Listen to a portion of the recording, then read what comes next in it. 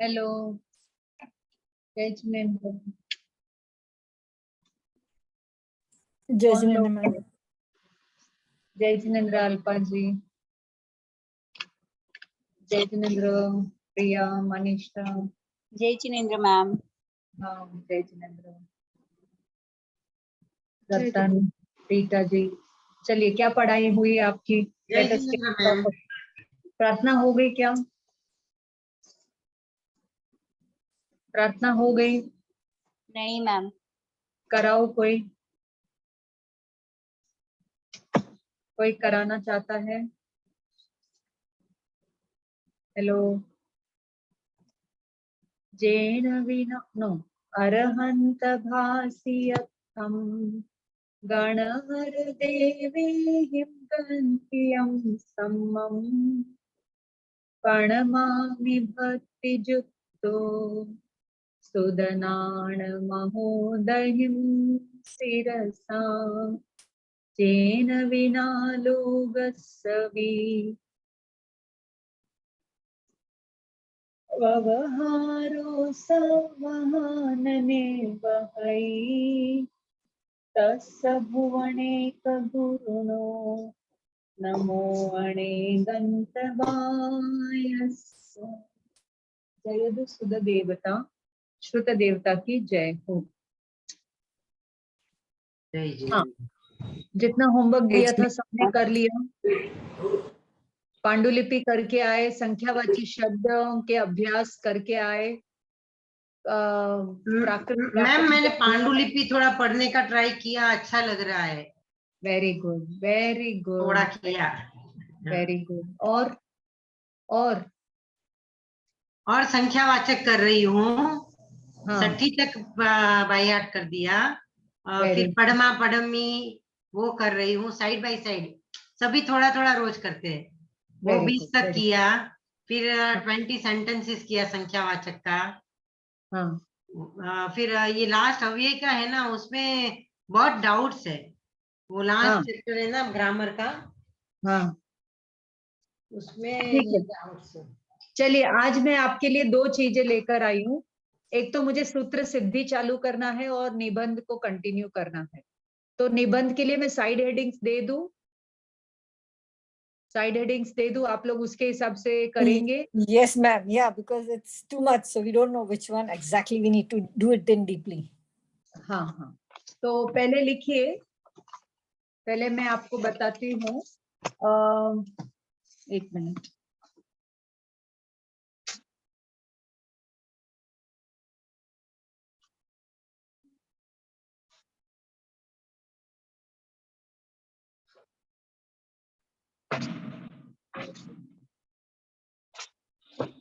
आपको हमने ये बुक तो भेजी होगी, देखो पुराने लिस्ट में या नए में। ये जो एकेडमी का सिलेबस बुक है, ब्लू कलर का छोटा सा, वो निकालो। उसमें पेज नंबर आप जाओ 15 पर, पेज नंबर 15 पर जाओ।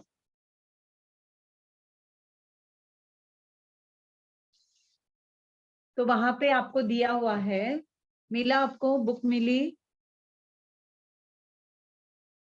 बुक अभी घर पे है, I don't नहीं लाई।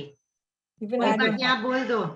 हाँ, तो आप वहां जाना, वो बुक पे जाना, पेज नंबर 15 पे जाना। हाँ, और उसमें दिया हुआ है आगम साहित्य, आगम साहित्य, फिर आगमों का व्याख्या साहित्य, फिर चरित साहित्य,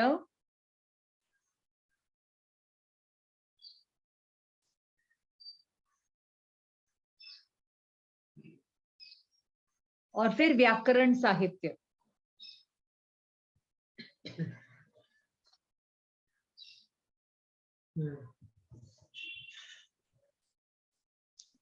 और इसमें आपके 4 किताबें नहीं, खुला रहना, खुला रहना। 4 किताबें रेफरेंस बुक दी हुई है। 4 किताबें रेफरेंस बुक दी हुई है। एक किताब हमने आपको भेज दी है। 3 किताबें आपको ऑनलाइन जाकर के चेकआउट करना है। ठीक है, अगर आपको पढ़ना है तो, नहीं तो एक से कम चलाइए। अब ये जो 4 टॉपिक्स है उसमें से आपको 3 टॉपिक एग्जाम में लिखना है। 3 टॉपिक एग्जाम में लिखना, they'll give इंटरनल चॉइस। कैसे, मैं आपको बताती हूँ सैंपल। ओके, एक मिनट।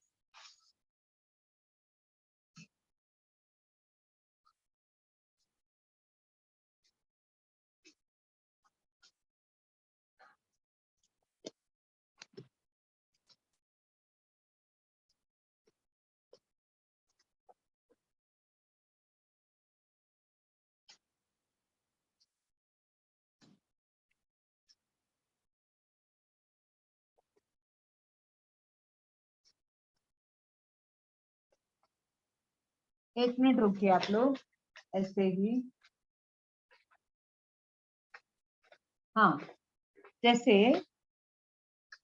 प्राकृत पहला है, ये क्वेश्चन पेपर मेरा ही सेट किया हुआ है 2015, 16, 17, 18 ना। तो एकेडमी के पेपर्स मेरे पास आते हैं, फर्स्ट पेपर कभी सेकंड पेपर, ऐसे बदल बदल के। तो केवल ज्ञान होने के पूर्व मैं बोल रही हूँ आपको, प्राकृत साहित्य का इतिहास फर्स्ट पेपर में फर्स्ट क्वेश्चन का मॉडल।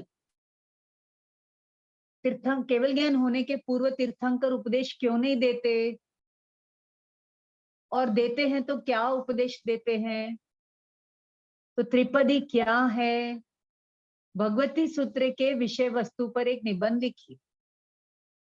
ये क्या है, पूरा आगम साहित्य का एक क्वेश्चन। कौन सा भी आगम ये लोग पूछ लेंगे, आचारांग, भगवती, कोई भी पूछ लेंगे, वी डोंट नो। फिर सेकंड क्वेश्चन है दिगंबर साहित्य से, षटखंड आगम के महत्व को बताते हुए उसके विषय वस्तु पर प्रकाश डालिए। तो ये क्या हो गया, आगम साहित्य में अर्धमागधी साहित्य, शौरसेनी साहित्य, ये 2 है आपके पेज नंबर 15 में। वो 2 में से एक क्वेश्चन आपको लिखना। समझ में आया? इधर श्वेतांबर आगम का एक या दिगंबर आगम का एक। तो ये 2 क्वेश्चन का एक क्वेश्चन, चॉइस, इंटरनल चॉइस देंगे। 10 देके कोई भी 5 लिखो ऐसा नहीं पूछेंगे, हर एक यूनिट में से आपको एक एक एड्रेस करना है। तो अब आपको कैसे आगम साहित्य की तैयारी करना वो मैं आपको बताऊं। अंडरस्टूड? अब सेकंड क्वेश्चन क्या है, व्याख्या साहित्य। व्याख्या साहित्य कितने प्रकार का है, टीका एवं निरुक्ति साहित्य पर प्रकाश डालिए। ठीक है, कोई भी क्वेश्चन आ जाए, ये एक तरह का एक स्टैंडर्ड क्वेश्चन है। और तीसरा है चरित साहित्य, ये 3rd इकाई में से आ गया, 3rd यूनिट में से एक क्वेश्चन। तो 4 यूनिट में से आपको 3 अटेम्प्ट करना है। ठीक है, तो चरित साहित्य लोकप्रिय क्यों होता है, पौमुचर्यम अथवा नहीं, पौमुचर्यम एंड कुम्मापुत्र चरित पर एक निबंध लिखिए। है ना, निबंध लिखना आपको, सब जगह निबंध ही लिखना, हिंदी में लिखो या इंग्लिश में लिखो। नेक्स्ट 4th आके व्याकरण साहित्य, प्राकृत व्याकरण ग्रंथों के नाम और उनके रचना काल पर प्रकाश डालते हुए सिद्ध हेम शब्दानुशासन पर प्रकाश डालिए। तो मैं आपको पूरा व्याकरण साहित्य का एक चार्ट बता दूंगी, वैसे आपको तैयारी कर। नेक्स्ट, आगम का महत्व बताते हुए वर्तमान संदर्भ में उसकी प्रासंगिकता पर एक सुंदर निबंध लिखिए। ये हो गया वापस आगम साहित्य। तो आगम साहित्य के डेफिनेटली 2 क्वेश्चन आएंगे, 3 क्वेश्चन है उसमें एक चॉइस में आप छोड़ सकते हैं, और चरित साहित्य का एक क्वेश्चन, व्याकरण साहित्य का एक क्वेश्चन। नेक्स्ट, एक कंपल्सरी क्वेश्चन है, 100 marks, each essay is 20 marks. Recording on है, yes, each essay is 20 marks. ठीक है, अब प्राकृत भाषा का उद्भव और विकास पर एक निबंध लिखिए, ये compulsory question, origination of Prakrit, development of Prakrit. ठीक है, उसके बाद प्राकृत भाषाओं के प्रकार पर प्रकाश डालिए, जो मैंने आपको लास्ट क्लास में थोड़ा सा पढ़ाया। तो ये 2 क्वेश्चन में से चॉइस है, आप कोई भी एक लिखो, उद्भव विकास पर लिखो या प्रकार पर लिखो, दोनों पढ़ के जाओगे, एक ही आपको एग्जाम में लिखना, whatever you are comfortable. और 5th क्वेश्चन, शिलालेख पर और छंद ग्रंथ, कोश ग्रंथ, अलंकार ग्रंथ पर एक क्वेश्चन।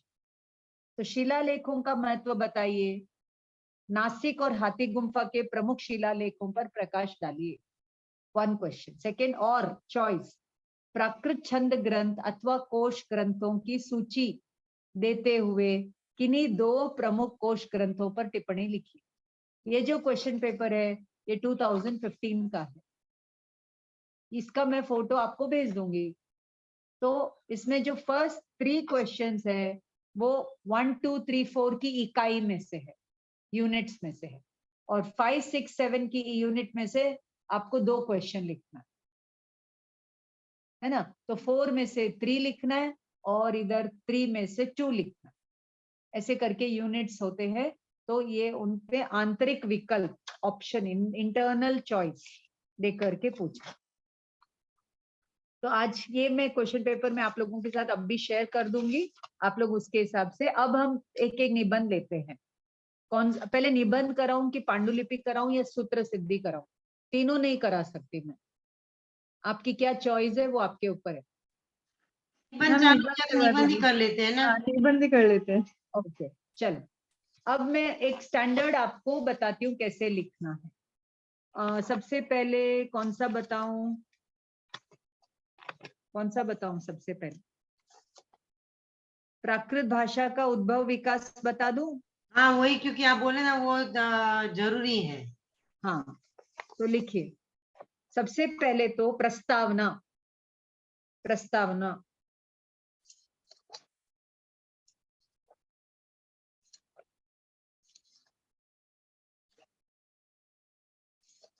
मेरे पास कुछ नोट्स है, मैं उसका भी आपको फोटो भेजने की कोशिश करूं। आपको सबका प्रिंट आउट लेके रख लेना, ठीक है।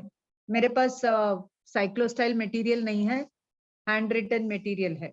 तो सबसे पहले मैं आपको निबंध बता रही हूँ, प्राकृत क्या है भाषा। सबसे पहले तो प्रस्तावना मतलब इंट्रोडक्शन। आप इंग्लिश में लिखते हैं तो इंट्रोडक्शन, हिंदी में लिखते हैं तो प्रस्तावना। तो इसमें आप क्या क्या लिखेंगे कि जन सामान्य की बोली को भाषा कहते हैं जब वो मानव व्यवहार का एक पहलू है, और उसमें जब साहित्य होता है, उसका ग्रामर होता है, तब वो भाषा का रूप ले लेता है।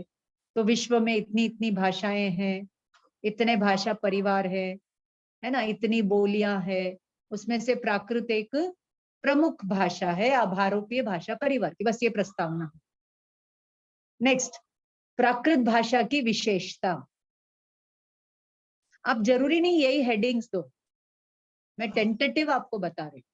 विशेषता में क्या लिखेंगे कि अति प्राचीन काल की भाषा है, जन सामान्य की भाषा है ना।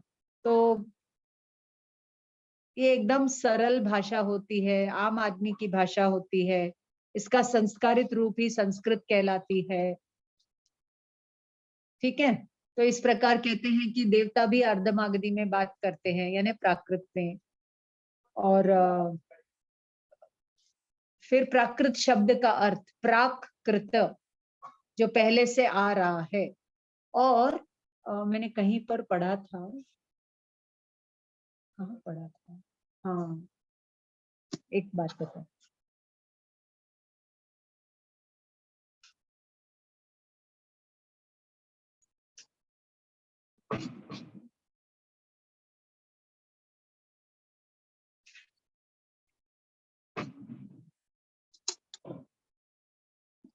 एक किताब मेरे पास आई थी, साहिब जी ने दी थी, महाराज साहब ने।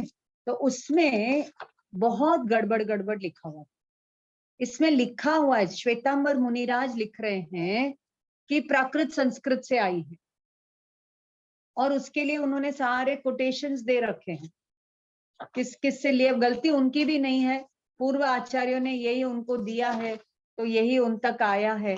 क्योंकि मैं बहुत स्कूल्स ऑफ थॉट में पढ़ी हूँ, मैंने वहां संस्कृत के माध्यम से भी पढ़ा, प्राकृत के माध्यम से भी पढ़ा, तो इसलिए मैं उनकी बात से सहमत नहीं हूँ कि उन्होंने ऐसा लिखा, उन्होंने लिखा कि प्रकृति संस्कृतम तत्र भव आगतम वा प्राकृतम, यानी जो प्रकृति की जो क्या बोले प्रकृति का जो नेचर है वो संस्कृत, और उससे जो आई है वो प्राकृत, यानी रिफाइंड ऑयल से क्रूड ऑयल आया। तो इस तरीके से उन्होंने बहुत ही मतलब यहाँ पर ये कोटेशंस दिए हुए हैं। मैं नहीं चाहती कि आप लोग उसको फॉलो करो, बस आप ये समझो कि अगर प्रकृति का रूप संस्कृत है तो फिर क्या बोले प्रकृति का रूप यदि संस्कृत है तो संस्कृत से आज क्यों नहीं कोई और प्राकृत भाषा आ रही, संस्कृत से आज क्यों नहीं कोई और प्राकृत भाषा आ रही, क्यों संस्कृत डेड लैंग्वेज होंगी, जबकि प्राकृत का स्वरूप है फ्लो होना, जैसे पानी का स्वरूप फ्लो होना है, तो ऐसे ही वही प्राकृत फ्लो होते होते अपभ्रंश बन गई, फिर अपभ्रंश फ्लो होते होते हिंदी बन गई, और हिंदी आदि फ्लो होते होते Hindi Tamil mix, Hindi English mix, Hindi Bengali mix, नए नए भाषा का रूप लेती रहेगी। तो ये जो प्राकृतिक फ्लो चलता है उसको हमने संस्कारित कर दिया तो वो संस्कृत बन गई, फिर फ्लो हो गई तो अपभ्रंश बन गई, इस तरीके से चल रही।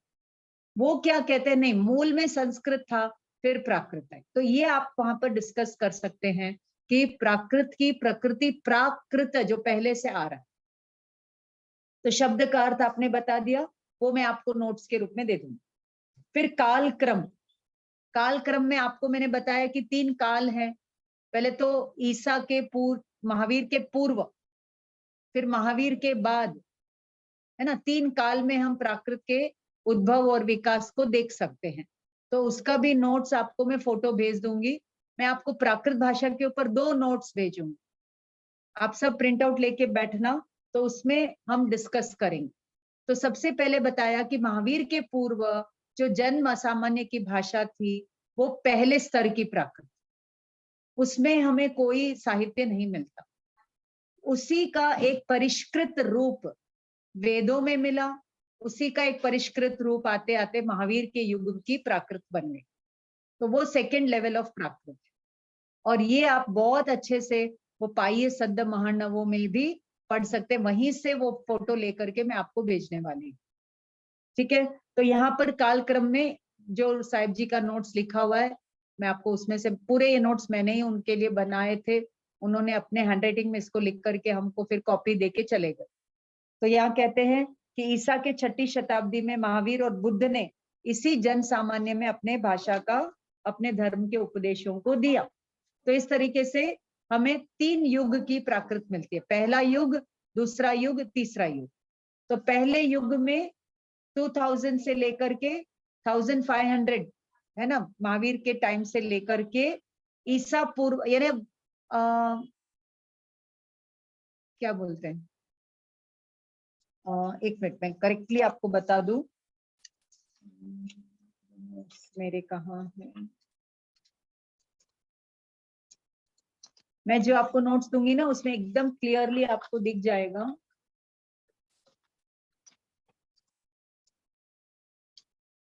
ढूंढना मेरे लिए मुश्किल होगा, लास्ट क्लास में तो मैं लेके बैठी थी।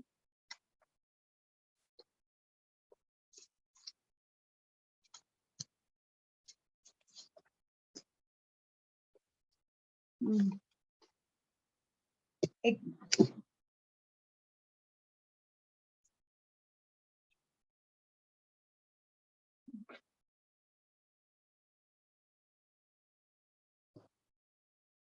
आप करेक्टली नोट कर लीजिए।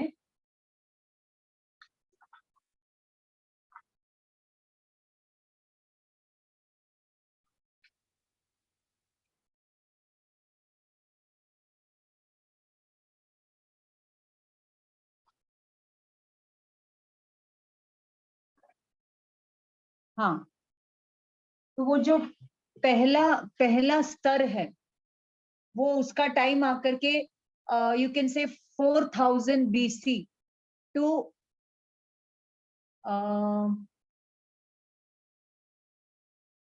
600 BC तक, 4000, 2000, 3000 से लेके 600 BC तक, वो पहला यानी महावीर के पूर्व, वो प्रथम युग, सॉरी वो प्रथम स्तर। द्वितीय स्तर का time period is from 400 BC to 1000 AD। द्वितीय स्तर का जो टाइम पीरियड है, मैं वापस रिपीट नहीं करूंगी, 400 BC से लेकर के 1000 AD is the second age of Prakrit. उस सेकेंड एज को, स्तर को हम 3 लेवल्स में बांटते हैं। अब पहला स्तर, द्वितीय स्तर, तृतीय स्तर में दूसरे स्तर को हम 3 युगों में बांटते हैं। वो लिख लीजिए जल्दी से। 400 BC से लेके 100 AD, वो है प्रथम युग। फिर मध्यम युग इज 100 AD टू 500 AD। फिर शेष युग 500 AD टू 1000 AD। यानी अभी हमारा 2022 चल रहा है ना, तो 2000 के पहले 500 इयर्स ऐड करो, तो वो हो गया 500 BC। ठीक है, 500 BC महावीर और का टाइम, महावीर और बुद्ध का टाइम। वहां से लेकर के 100 AD यानी 500 600 इयर्स। उसके बाद 100 AD से 500 AD कॉमन एरा, अभी का प्रेजेंट। और फिर 1000 AD में सेकेंड स्तर खत्म। उसमें 3 युग हमने बांट दी। अब तीसरे स्तर में आपको लेना है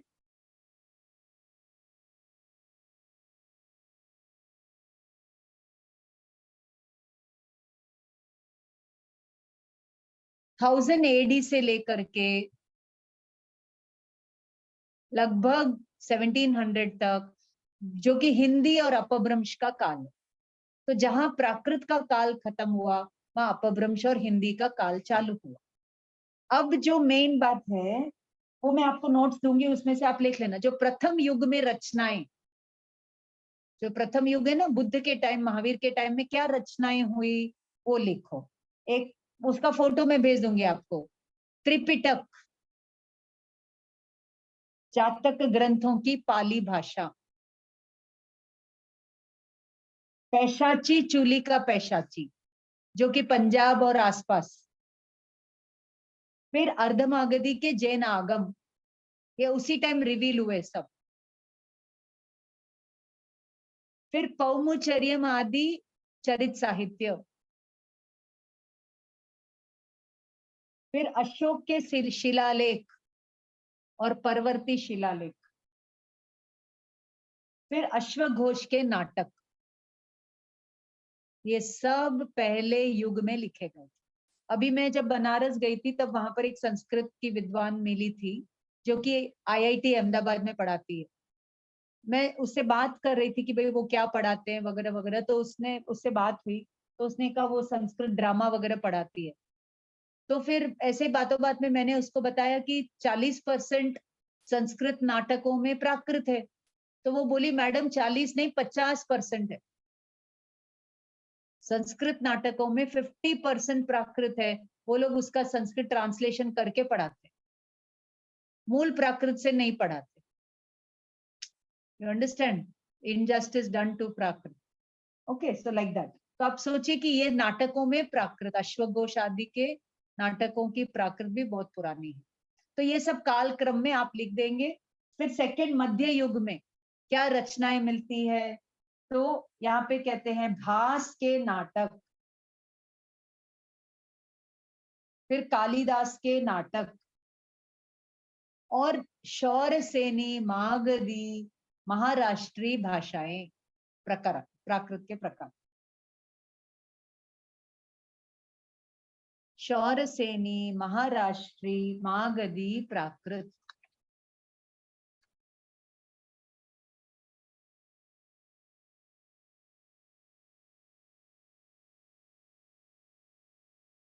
फिर सेतुबंध, गाथा, सप्तशती आदि काव्यों की प्राकृत। वो आपने काव्य साहित्य लास्ट ईयर पढ़ लिया ना, सेतुबंध, गाथा, उसकी प्राकृत।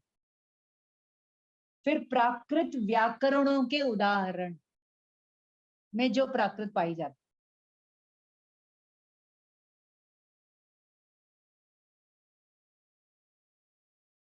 फिर दिगंबर जैन ग्रंथों की शौरसेनी,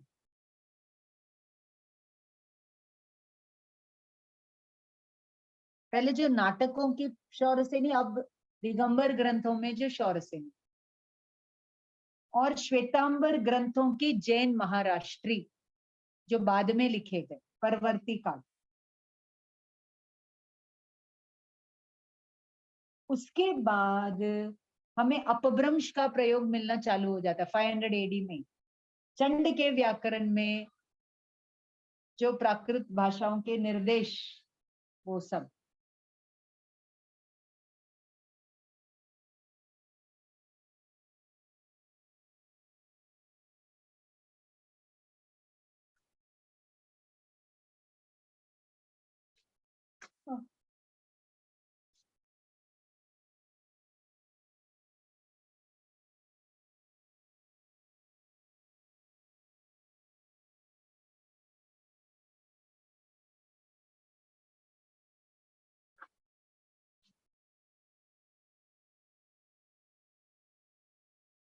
ओके, तो इस प्रकार ये प्राकृत का कालक्रम बता देंगे तो वो एक आपका हेडिंग पूरा हो जाता है। अब फिर आप लिख सकते हैं कि प्राकृत भाषा का इंपॉर्टेंस, वो जो मैंने स्टार्टिंग में आपको बताया ना कि संस्कृत नाटकों में प्राकृत, जन सामान्य की प्राकृत, महावीर और बुद्ध की प्राकृत, शिलालेखों की प्राकृत, उसी से सारी मॉडर्न नॉर्थ इंडियन लैंग्वेजेस आई है, फॉरेन स्कॉलर्स उसके बारे में, वो सब आप बता देंगे।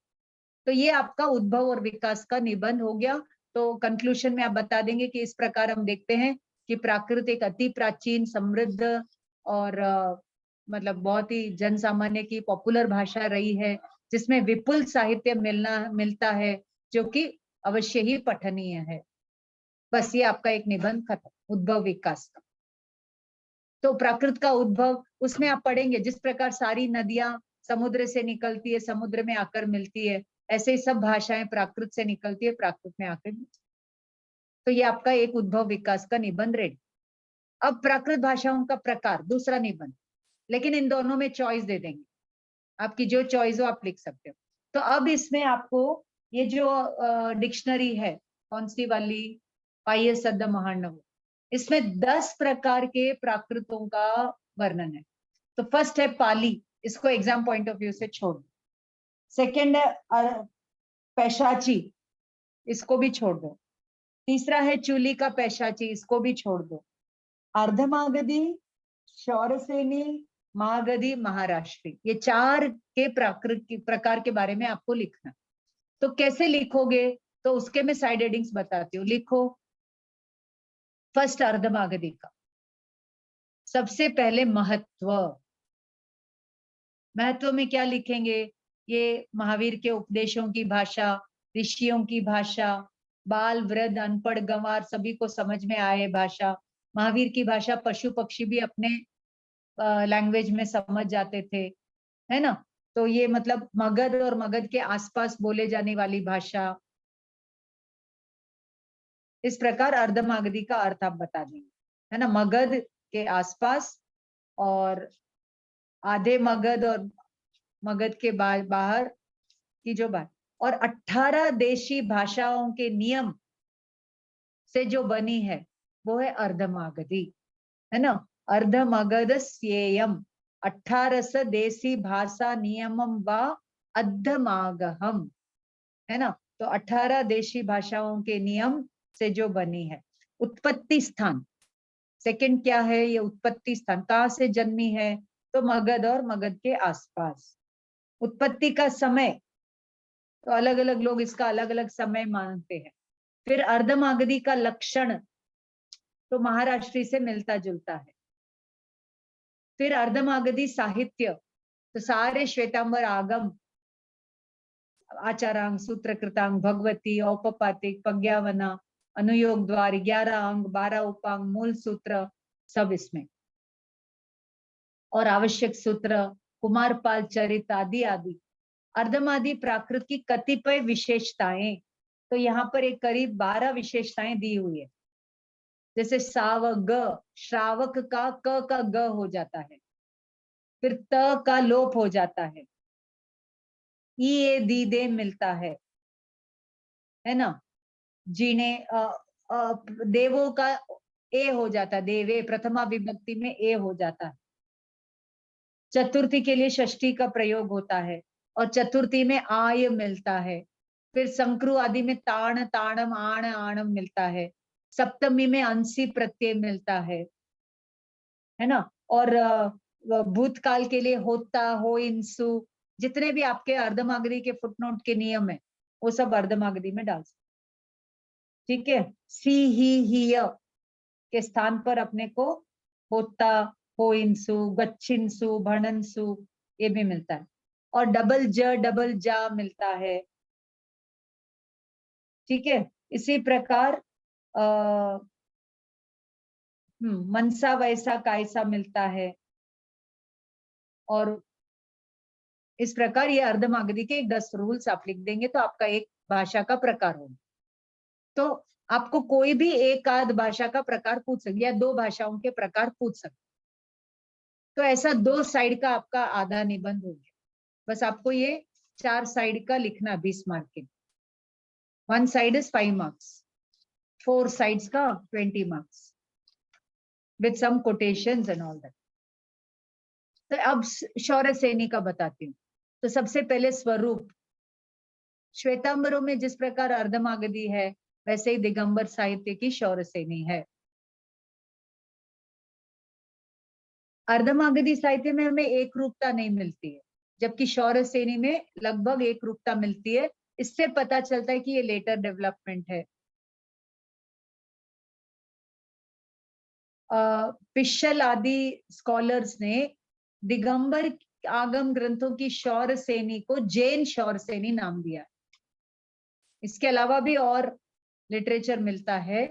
और ये शूरसेन मथुरा, आगरा, दिल्ली के पास आसपास बोले जाने वाली भाषा, उस प्रांत को शूरसेन कहते हैं, है ना। जैसे मालवा आदि प्रांत होते हैं राजस्थान में, तो वैसे थड़ी प्रांत आदि, तो ये शूरसेन प्रांत, वहां की जो भाषा है वो शौरसेन।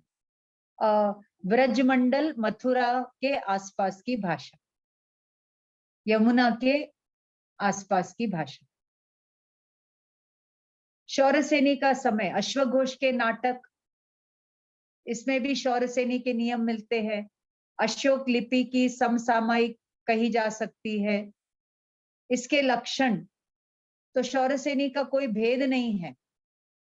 इससे ज्ञात होता है कि अनेक स्थलों में महाराष्ट्र की अपेक्षा शौरसेनी का संस्कृत के साथ पृथकत्व और सादृश्य अधिक। Shauraseni comes very close to standard way of Sanskrit.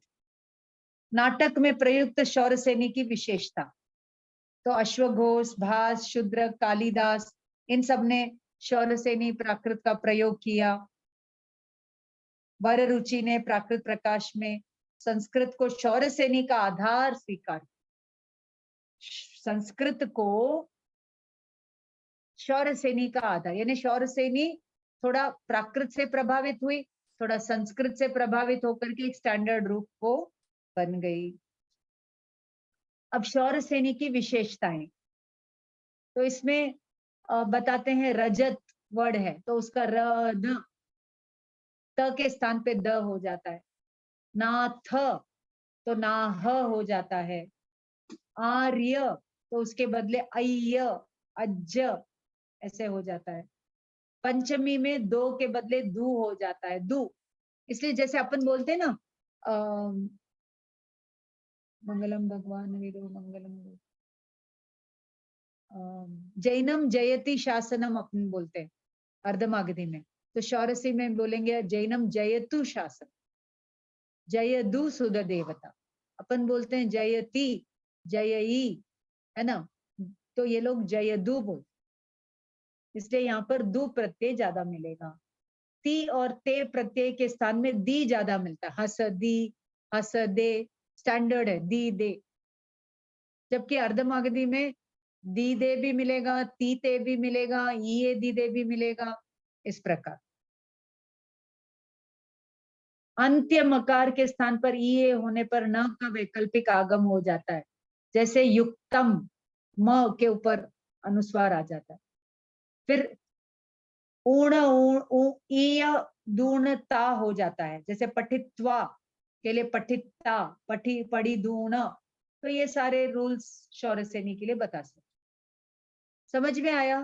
तो पहले तो प्रस्तावना, शब्द का अर्थ, वो कैसे उत्पत्ति हुई, उसमें क्या लिटरेचर मिलता है, and some rules, that's all. तो 2 का मैंने अभी बताया। अब तीसरे का लिख लो, महाराष्ट्री। तो शब्द से ही पता चलता है महाराष्ट्र में बोले जाने वाली प्राकृत महाराष्ट्री प्राकृत। इसका बेस्ट एग्जाम्पल वसुदेव हिंदी और निर्युक्ति, भाष्य, चूर्णी आदि में जो प्राकृत मिलती है वो महाराष्ट्री प्राकृत।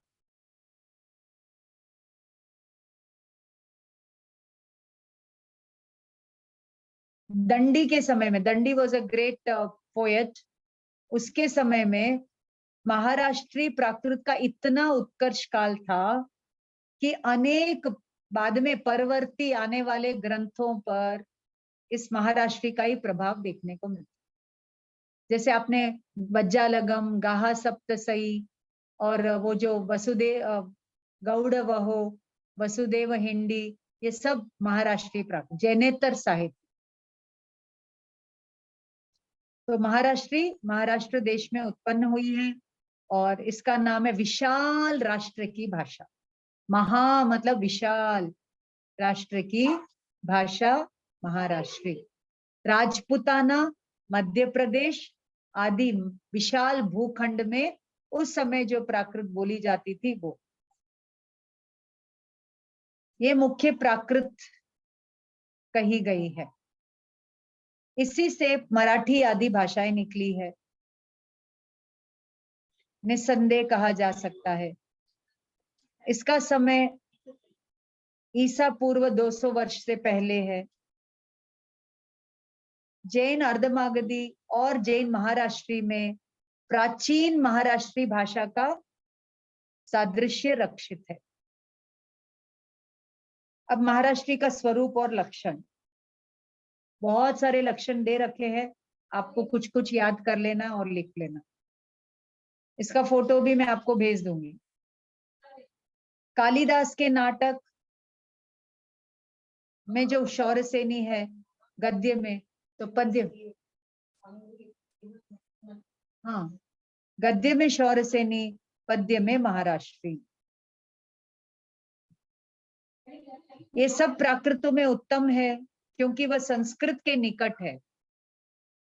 ये संस्कृत के निकट है।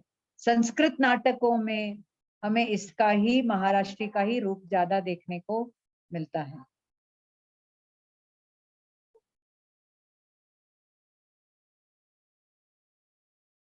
According to Pischel was a great Prakrit grammarian. ना कोई दूसरी प्राकृत साहित्य में कविता और नाटकों के प्रयोग इतने अधिक पाए जाते हैं जितना कि इस भाषा में पाया जाता है। इसमें आपको जो भी काव्य साहित्य में पढ़ाया, वज्जालगम, गाहा सत्सई, गौड़ वहो आदि आदि सब महाराष्ट्री के एग्जाम्पल।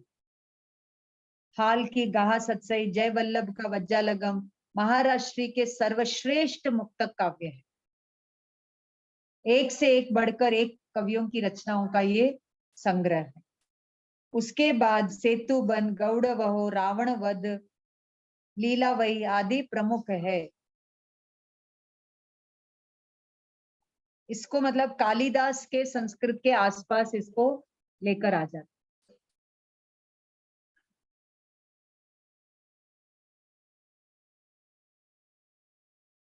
ये मुक्ति रूपी रत्नों का सागर है। इतने सुंदर सुंदर इसमें रचनाएं हैं।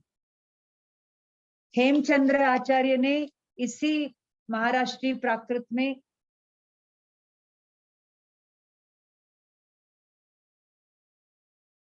उन्होंने काफी इसमें रचनाएं की है और दंडी आदि कवियों ने भी इसमें रचना की है। अब इसके करीब 25 पॉइंट्स है। वो आप लोग देख लेना, मैं आपको फोटो भेज दूंगी उसके नियम, तो आप एक 10-10 नियम याद कर लेना। नेक्स्ट मैंने क्या बताया था, मागधी, इसमें पैशाची के भी बहुत सारे उदाहरण दिए हुए हैं। पैशाची यानी वो पंजाब और उसके आसपास पाली के नजदीक आती है वो, तो इस प्रकार उसका उत्पत्ति का समय, वो सब आप ये इसमें से थोड़ा देख लेना, ठीक है। अब मागधी का मैं आपको बता देती हूँ, लगे हाथ, पाली को आप छोड़ देना। पैशाची से ही क्या बोले, चूली का पैशाची आदि से प्राकृत का ग्रामर आया है।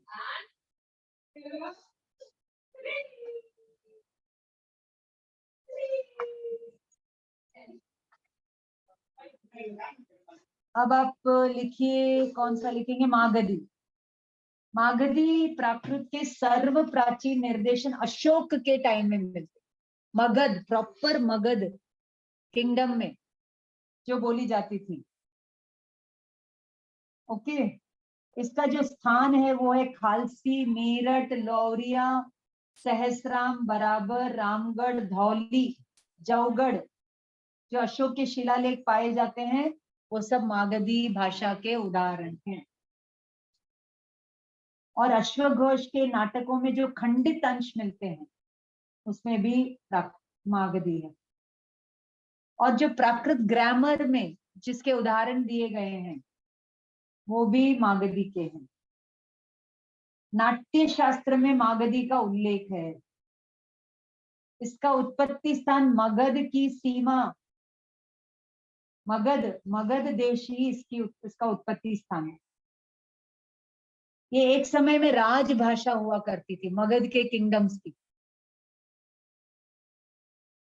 इसलिए इसमें संस्कृत नाटकों में ये आ गई।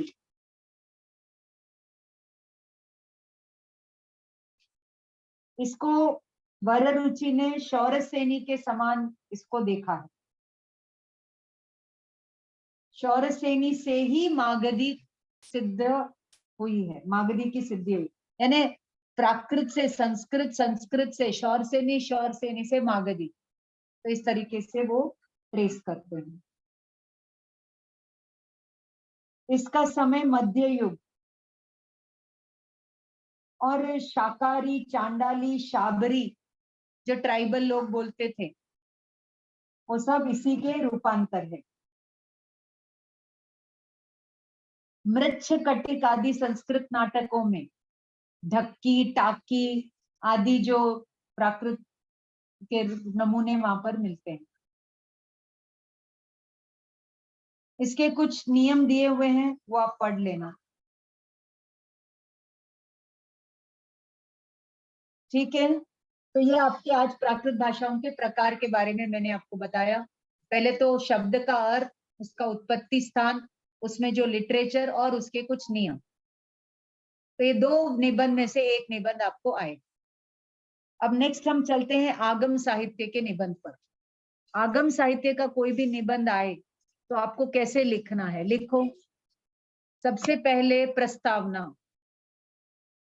किसी भी धर्म का आधार उसके धार्मिक शास्त्र होते हैं।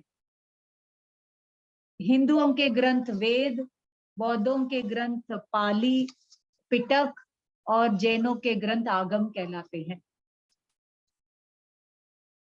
आगम शब्द का अर्थ आगम, आप्त के द्वारा कथित, गणधरों के द्वारा रचित, मुनियों के द्वारा आचरित। और गम का मतलब है जाना, आगम का मतलब है आना। जो हमें आत्मा में आना सिखाए वो आगम। और तीसरा जिसका कोई छोर नहीं है, अगम है। अगम अगोचर बोलते ना, जिसकी था नहीं ले सकते।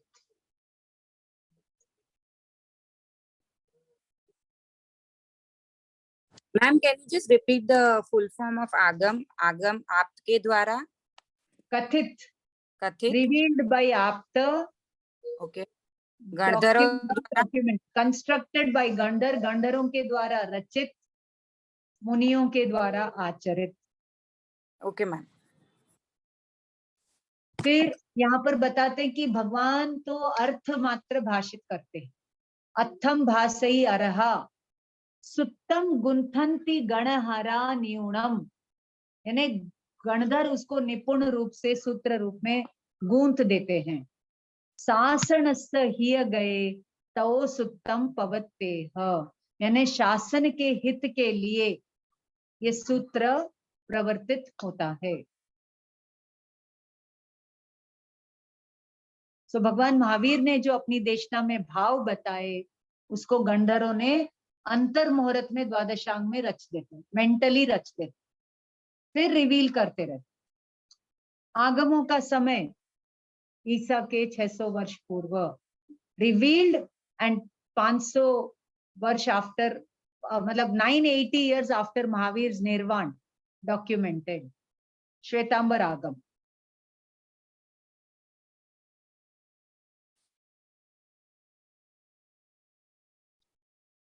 जिससे वस्तु तत्व का निर्णय हो वो आगम, रत्नत्रय की प्राप्ति हो वो आगम, तत्व ज्ञान की प्राप्ति हो वो आगम। और इसके दो और नाम मिलते हैं, गणिपिटक, द्वादशांग, गणिपिटक।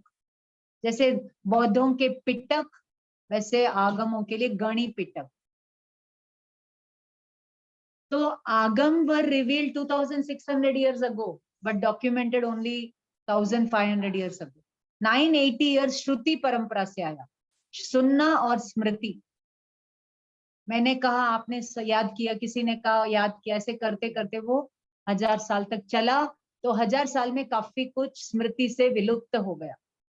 आज भी हमारे पास सारे आगम पूर्ण नहीं है, ठीक है। आगम की 3 वाचनाएं प्रमुख है, ऐसे तो 5 वाचनाएं हैं, 3 प्रमुख वाचनाएं हैं। पहली भगवान महावीर के निर्वाण के 160 साल के बाद स्थूलीभद्र के टाइम में पाटलिपुत्र में हुई। नमो, थोड़ा पानी पी लो। जब 12 वर्ष का दुष्काल पड़ा, दुष्काल के बाद सब मुनि मिले, फिर उन्होंने देखा कि बहुत कुछ लुप्त हो गया।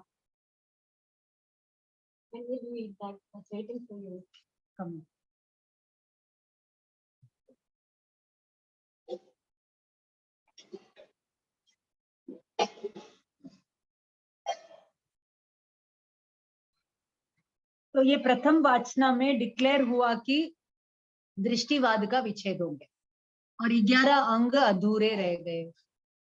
ये पहले आगम वाचना का फल। ये सब आप है ना वो साहित्य का इतिहास बुक में पढ़ सकते। फिर द्वितीय वाचना में वो हुई थी मथुरा में आर्य स्कंदिल के नेतृत्व में। मथुरा में आर्य स्कंदिल के नेतृत्व, जिसको माथुरी वाचना या स्कंदिली वाचना भी कहते हैं।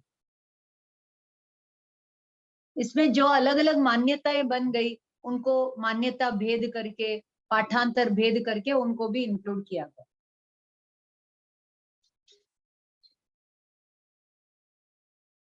तो वापस ये इतने साल के बाद और भी बहुत सारा आगम ज्ञान विलुप्त हो गया।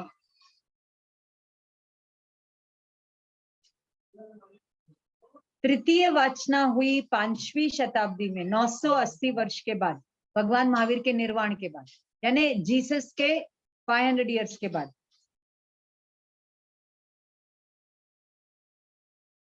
दो जगह पर हुई थी।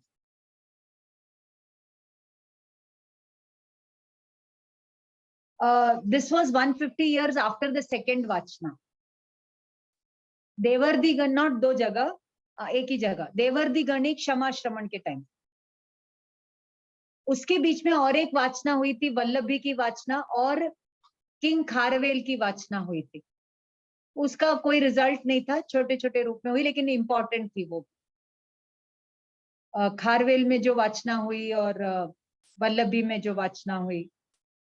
अभी ये जो थर्ड वाचना हुई, उसमें सारे आगम लिपिबद्ध हुए देवर्दी गणिक क्षमा श्रवण के टाइम में।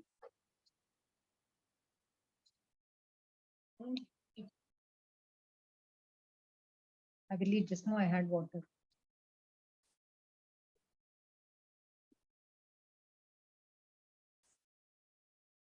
तो प्रथम वाचना में 12 अंग व्यवस्थित बताए, लेकिन 12वें का विच्छेद बताया। दूसरे में पाठांतरों को जोड़ा गया और तीसरे में लिपिबद्ध हुए।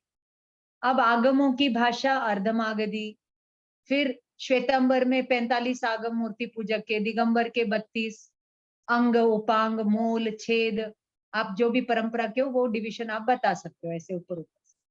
फिर आगमों का महत्व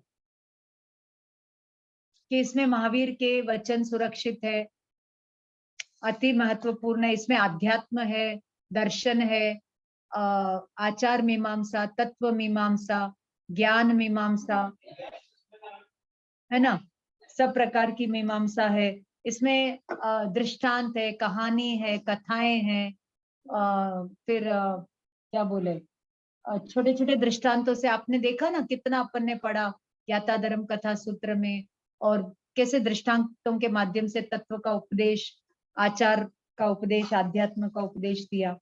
वो सब आप लिख सकते हैं। उस समय जनमानस का मानस कैसा था, कल्चर कैसा था।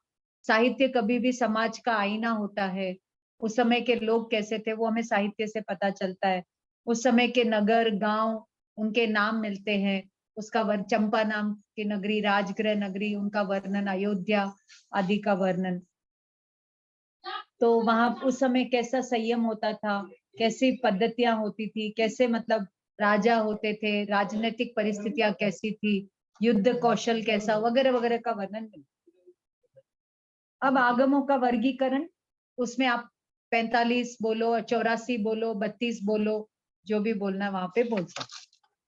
फिर उपसंहार, इंपॉर्टेंस कि आगम शब्द विलुप्त, मतलब आगम कितने विलुप्त हो गए, जो अवेलेबल है वो भी पर्याप्त है तत्व का निर्णय करने के लिए, केवल ज्ञान तक पहुंचने के लिए वो पर्याप्त है। अब जो आगम पूछा जाए उसको आप उठाओ। आचारांग सूत्र पूछा तो आचारांग सूत्र, उसके कितने श्रुत स्कंद है, उसकी क्या शैली है, उसके लेखक कौन है, उसकी विषय लिखो लिखो लिखो। डिविजन्स, कितने श्रुत स्कंद है। एक आगम के 2 श्रुत स्कंद होते हैं, आचारांग, सूत्र कृतांग आदि के। किसी का एक ही होता है। भाषा शैली, इसके लेखक कौन है, तो लेखक तो मूल रूप से महावीर है। जिन्होंने रिवील किया वो लेखक, और जिन्होंने उसको लिपिबद्ध किया वो भी लेखक। गणधर है वो भी लेखक। विषय वस्तु बता दी आपको। आचारांग में भगवान, पूरा आचार आध्यात्म प्रधान ग्रंथ है और महावीर के ध्यान साधना का वर्णन है। इसका समय revealed in 600 BC, documented in 500 AD। और इसमें पहले श्रुत स्कंद में 9 अध्ययन है। 9 अध्ययन में से थोड़ा थोड़ा लिख देना, बस हो गया, खत्म। टिप्पणी टिप्पणी लिखना है आपको। ऐसे आप एक एक आगम को ऐसे पढ़ लीजिए। आचारांग में क्या है, सूत्र कृतांग में क्या है, स्थानांग में क्या है ना। पूरा पूरा तो मैं पढ़ा दूंगी आपको कभी टाइम मिले तो, लेकिन आप इस तरीके से आचारांग कौन से इंपॉर्टेंट है, आचारांग, सूत्र कृतांग, भगवती, ज्ञाता धर्म कथा, उपासक दशा। तो मेरे पास जो नोट्स है उसमें पूरे 11 अंगों का दिया हुआ है, 12 अंगों का दिया हुआ है। और ये भी उन्होंने वही बुक से निकाल के बनाया जो प्राकृत साहित्य का इतिहास आपको दिए ना। एक महाराज साहब थे, वो 5-6 महीना इधर रुके थे। ये कब की बात है मुझे भी पता नहीं कौन से साल में, 2006 में पूरा उनको पढ़ाया था। बहुत प्रेम से वो पढ़े थे। वो अपने ग्रुप में सबको बोलते रहे पढ़ो पढ़ो पढ़ो, लेकिन कोई पढ़ता ही नहीं। साधु साध्वी होकर के भी बातों में ही रहते थे, लेकिन वो इतने मतलब शरीर से बीमार होते थे तो भी वो पढ़ते थे। उनको मतलब बहुत, उनकी आप हैंडराइटिंग सब देखोगे ना, इतने अच्छे से मैंने उनको सब लिखवाया किया, वो पढ़ाया, तब वो लिखे very nicely. Then she gave the folder to me and she went. Understood. तो इसमें उन्होंने पूरे 32 आगमों का एकदम शॉर्ट में नोट्स यहाँ पर रखा हुआ। तो मैं चाहती हूँ कि आप एक दिन घर आ जाओ, सब फोटो ले लो और ग्रुप में डाल दो। रीता जी या कोई भी, रतन, श्री बाला, तो ये पूरे 32 आगम का एक निबंध। समझ में आया कैसे निबंध की तैयारी करना? 20 मार्क्स, आगम साहित्य का एक क्वेश्चन आप पढ़ सकते हो। फिर ऐसे ही शौरसेनी दिगंबर साहित्य, वो मैं आगे ले लूंगी। ठीक है, तो आज अपने कितने निबंध हुए? अपने को कितने 10 निबंध करने हैं ना, तो 3 मैंने अभी लगभग थोड़े बहुत कराए हैं। अब आप पढ़ो और फिर आप लोग कराओ क्लास में आकर के। चलिए अभी क्या करें? शौरसेनी भी बता दूं? हाँ बोलो। 4 साइड में फिनिश हो जाएगा, मतलब इतना 3 मीटिंग का लिखेंगे अगर एक प्राकृत का भी लिखते हैं। मेरी बात सुनो, आपके पास सिर्फ 3 घंटा टाइम रहेगा और आपको 5 निबंध लिखना है। आधे हाँ। घंटे से ज्यादा एक निबंध को नहीं देना। ओके। आधे घंटे में भले आप 3 पेज लिखो या 4 पेज लिखो। पर आपको इतना आता है तो आप डिटेल में ना मैम, वो मीटिंग सब लिखेंगे तो टाइम तो लगेगा थोड़ा, और वो इसीलिए लेंथ मैं आपको बोल रही हूँ, आप अच्छे से तैयारी करो। आप अच्छे से तैयारी करो और रोज लिखने का अभ्यास रखो, तो एग्जाम में हाथ नहीं दुखेगा। और मैम प्रिया आपके तो पूरा ये हाँ मैम किया जनरल हुआ है। इंट्रोडक्शन टू स्क्रिप्चर्स में किया हुआ है, आधा किया हुआ है। साहित्य का इतिहास, आगम और दिगंबर आगम, बस 2 ही निबंध किया हुआ है, हाँ बाकी के करना है। बाकी के करने हैं। मैम मैम मैंने ये पढ़े थे उस प्राकृत इतिहास की बुक में, तो इसमें सब आगमों में है ना डिटेल में पूरे अध्ययन के नाम और उनकी स्टोरी और सब दिया है। तो आप अगर नहीं याद रख पाएंगे, हाँ आप नहीं याद रख पाएंगे। वही मैं पूछ रही थी मैम, तो फिर अगर हमें लिखना है, बिकॉज अभी मैं मेरे सामने विपाक सूत्र है, तो विपाक सूत्र में उन्होंने पूरा सिर्फ हर एक अध्ययन में क्या है और किसकी स्टोरी है वही लिखा है, तो हमें कैसे फिर उसके बारे में लिखेंगे अगर हमें लिखना है तो? देखो मैं आपको बात बताऊं, ये जो डिप्लोमा का एग्जाम है ना, बहुत सारे दिगंबर आरिकाएं भी लिखती है, वो तो पूरा पूरा पढ़ के लिखते हैं। वो पेपर सब मेरे पास आते हैं जांचने के लिए, इतना सुंदर वो लिखते हैं कि हम उनको 100 में से 80 मार्क्स दे देते हैं, है ना, 85 भी दे देते हैं। इतना परफेक्टली वो लिखते हैं, इतना जबरदस्त लिखते हैं।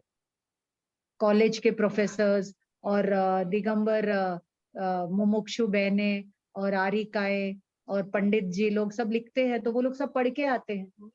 कमिंग है ना, समझ में आया ना? अब आपके ऊपर आप कितनी तैयारी करना चाहते हैं, आपकी रुचि कितनी है, आप कितना लेना चाहते हैं, उसके ऊपर है। हम तो पूरा नहीं पढ़ा सकते। मतलब मैम मैं ये पूछ रही थी कि सबके नाम इतने याद रखने इम्पोर्टेंट है क्या? बिकॉज पहले श्रुति स्कंद में इसकी कथा है, सेकंड में उसकी कथा है, थर्ड में उसकी कथा है, मोटे तो हर मोटे एक रूप में। में याद रख लो, मोटे मोटे रूप में याद रखो, ओके मैम। सूक्ष्म रूप में तो नहीं याद रहने वाला।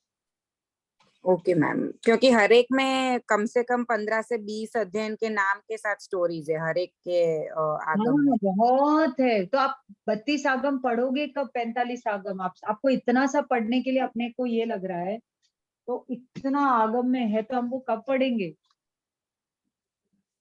बोलो बोलो बोलो। तो मैम इसके लिए मैं पूछ रही थी कि याद करने में वो ठीक है हम पढ़ लेंगे, लेकिन उसमें उतना एग्जाम में फिर रिकलेक्ट करना हर एक के बारे में इट्स डिफिकल्ट के हर एक के अध्ययन के नाम याद रखो, उनकी स्टोरीज याद रखो। तो मोटा मोटा ऊपर से खाली याद रख लेंगे तो चलेगा, मतलब पूरा डेप्थ में नहीं लिखेंगे चलेगा? महावीर को बोल देंगे ना, एक लेटर डाल देंगे, क्यों इतना बताया आपने, लिख देंगे एक लेटर उनको। चलो हाँ, तो अभी मैं आपको फर्स्ट क्वेश्चन पेपर का मॉडल भेजूंगी, आप लोग उसको सॉल्व करना, आप लोग उसको सॉल्व करना। और मैं कुछ नोट्स, अगर कोई इधर आ जाए और सब फोटोज ले ले और सबको दे दे तो बहुत अच्छी सेवा हो जाएगी। मैम संडे में आने वाली हूँ, क्योंकि मैंने वो बुक भी कलेक्ट नहीं की थी ना, प्राकृत का इतिहास। कहाँ है वो बुक? हाँ वो बुक तो मैंने डिपार्टमेंट में रख दी ले जाके। ठीक है, आप ले लेना इधर से मेरी। ठीक है मैम, तो संडे आऊँ, आप फ्री रहते हो तो मैं फोटोज लेके भेज दूंगी। आप कॉल करके आना, I don't know my program. Okay ma'am. Priya scan करना, यस हाँ स्कैन करना सभी फोटोज तो अच्छा आएगा। मैं ठीक है। आपको चारों क्वेश्चन पेपर का मॉडल भी दे दूंगी, और ये नोट्स भी दे दूंगी, तो आप रख लेना। ठीक है मैम। ठीक है, अब पांडुलिपि सॉल्व करना आया क्या आप लोगों को? सब सॉल्व करके पीछे दिया हुआ है, संख्यावाची शब्द भी दिया हुआ है और ये भी दिया हुआ है, क्या बोलते हैं, संख्यावाची शब्द भी दिया हुआ है। मैं ये नोट्स आपको ले जाने नहीं दूंगी, आपको यहीं बैठ के सब फोटोज लेना है। ठीक है मैम। हाँ हाँ, तो आज के लिए मैं क्लास इतना ही रखना चाहती हूँ। आप लोग बताइए। हाँ, अब आपको मैं एक चीज याद करने के लिए देने वाली हूँ। निकालिए प्रौढ़ प्राकृत रचना, निकालिए। और इसमें 2 चीजें हैं जो आपको याद करके आना है नेक्स्ट क्लास के लिए। पेज नंबर निकालिए।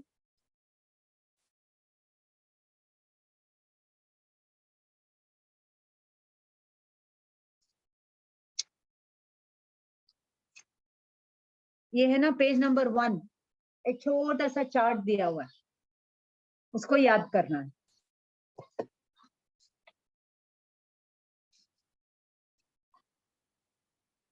ठीक है, और फिर इसमें लास्ट में संस्कृत की संधि दी हुई है। हाँ, परिशिष्ट 1। Page number ma'am? वेट मैं निकाल रही हूँ, निकाल रही हूँ। 179 मैम। 179 नहीं, मैं कुछ और निकाल रही हूँ। एक मिनट दीजिए मुझे।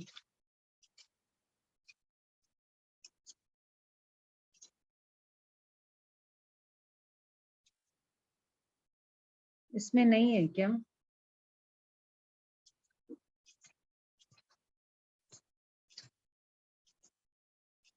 इसमें आपके संधि नहीं दी हुई है मैम इट्स देयर, इट्स सूत्रों में प्रयुक्त संधि नियम। हाँ वो है, परिशिष्ट। या मैं जब पढ़ रही थी हमारे को कुछ और पढ़ाया था, वो मैं ढूंढ रही हूँ, वो नहीं है इसमें। अच्छा ठीक है, इन्होंने और इसको सिंप्लीफाई करके दे दिया। संधि नियम 4, इसमें नियम 4 दिया हुआ है परिशिष्ट 2 में, but where are the all the संधि नियम? हाँ ये रहा, बताती हूँ आपको। पेज नंबर निकालिए 179। हाँ करेक्ट, वही 179। ये 2 आपको एकदम पक्का करना है। पहले तो वो एक छोटा सा टेबल बताया था ना, उसको कैसे पढ़ना, पेज नंबर 1 निकालिए। आपको पढ़ना है सी जस, बोलिए आप लोग सब, सी जस, यस। शस, शस, ताभिस, ताबिश, ञे, इधर से ञे, ने, ने, गंगे, ञे, Yes. यस, ने, यस, ngसी, ng अंदर से बोलना, ngसी, ngसी व्यस, Yes.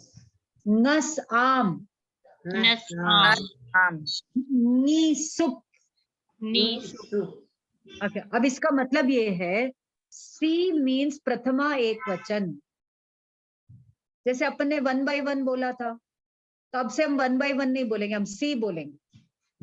तो सी का मतलब है प्रथमा एक वचन, जस का मतलब है प्रथमा बहुवचन, तो शस का मतलब है क्या है, द्वितीय बहुवचन।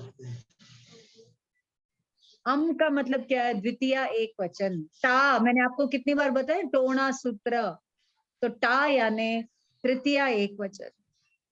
अब हमें इतना टाइम नहीं है, 3 by 1, 4 by 1, 5 by 1, तो ये उस समय में संस्कृत में सी, औजस, अम, शस, बिस, ऐसे मतलब द्विवचन भी होता था संस्कृत में। लेकिन संस्कृत में तो द्विवचन अपने को प्राकृत में जरूरत नहीं, इसलिए हमने उसको छोड़ दिया। We'll take only the, क्योंकि सारे सूत्र संस्कृत में है, तो हमें थोड़ा संस्कृत का ग्रामर, संधि, सूत्र पढ़ने की विधि आनी चाहिए, इसलिए हम आपको ये पढ़ा रहे। अब नेक्स्ट पेज में देखिए, यहाँ पे क्या दिया हुआ है, सी ngसी नी, पहले आप ये इतना पढ़कर आना है, सी जस अम शस। तो मैं आपको बोलूंगी नी क्या है, तो आप लोग बोलना सप्तमी एक वचन, सुप तो सप्तमी बहुवचन। ठीक है, इस प्रकार ये याद करके आना। और पीछे जो नोट्स दिए ना उनको याद करना। सी ngसी गी के रूप हरि की तरह चलेंगे, तो आप ये जो हरि का रूप है ना, पेज नंबर 3 पर, हरि ही हरि हरयः, हरिम हरि हरिन, हरिणा हरिभ्याम हरिभिः। तो एक हरि का रूप, फिर भूभृत का रूप, फिर गोपा का रूप, राम का रूप, स्त्री का रूप, गुरु का रूप, माता, राजन, आत्मन, नामन, पितृ, कर्तृ, पुंस, ये रूप आप पढ़ करके आना। फिर हम सूत्रों को देखना चालू करेंगे, और उसके पहले मुझे वो संस्कृत के वो संधि आपको बतानी, फिर हम सूत्रों की सिद्धि करेंगे। उसकी एक स्टाइल है थियरम के जैसे, वो मैं आपको नेक्स्ट क्लास में चालू करा दूं, क्योंकि अभी अपना अक्टूबर हो गया ना, तो ये 2 बुक कराने में अक्टूबर नवंबर हो जाएगा। निबंध और ये संस्कृत सिद्धि सब करा दूंगी तो अक्टूबर नवंबर हो जाएगा। फिर दिसंबर जनवरी में पांडुलिपि चालू कर देंगे, तो मार्च अप्रैल तक खत्म करके मई जून में वापस एक रिवीजन कर लेंगे। क्लियर? अब आप लोग पांडुलिपि के लिए मैंने आपको बताया था फेमिलियर वर्ड्स के हो जाइए, और पहले सॉल्व करिए, फिर पीछे देख करके वापस सॉल्व करिए। आपको एग्जाम में एक पठित पांडुलिपि और एक अपठित पांडुलिपि आएगी। एक पांडुलिपि जो आपने कोर्स में वो आएगी और एक अपठित आएगी।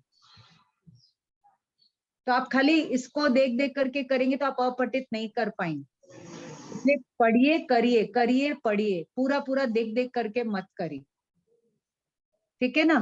फिर कभी अपन एक मैम अभी पांडुलिपि तो देख के करते तो ही होएगा, नहीं तो नहीं आता है, बहुत हाँ, तो देखना पड़ता है। हाँ, तो अभी देख देख के करो, और हाँ कुछ अभी बिना देखे भी पांडुलिपियां लो एटलीस्ट और 1 वीक करो। करना पड़ेगा देख देख कर। हाँ, तो नेक्स्ट क्लास आप लोग सब फर्स्ट पांडुलिपि सॉल्व करके लाना, और एक एक वर्ड कैसा होता है वो थोड़ा स्टडी करके ऑब्जर्व करके आना। मैम इसमें क्या प्रॉब्लम है, कहाँ वर्ड रुकता है वो मालूम ही नहीं पड़ता है, नहीं मालूम पड़ता है, बहुत तकलीफ है। नहीं मालूम पड़ेगा। ठीक है, आज की क्लास में यही रखना चाहूंगी, मेरे भी रात की सौगन है तो मैं चलती हूँ अभी। Thank you everybody. थैंक्स जय मैम। जिनेंद्र। जय Thank you, Jinendra. ma'am. Thank you ma'am Jinendra. हाँ, कौन ग्रुप को, कौन मीटिंग को एंड करेगा, कौन है होस्ट? मेरे ख्याल से सौरभ जी है, वो बाद में कर देते हैं। वो बाद में कर देते हैं। ओके, जय जिनेंद्र। जय Jinendra ma'am. Somebody forgot them meeting class today.